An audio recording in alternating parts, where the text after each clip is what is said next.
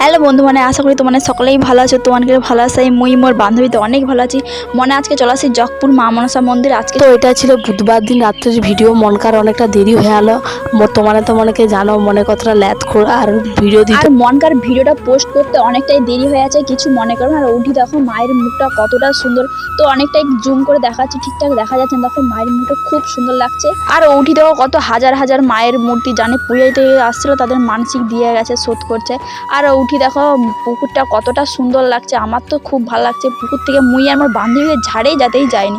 তো যাই আর হোক, ও বছর একটা পুকুর ধারে ভালো জিনিস রাখছে, কি কও তো, মহাদেবকে রাখছে। তো যা হোক, মনে কিন্তু তোমাদেরকে দুটা জায়গায় মহাদেবকে দেখে দিলি। তো চলো মেলাটা ঘুরে দেখাই তোমাদেরকে।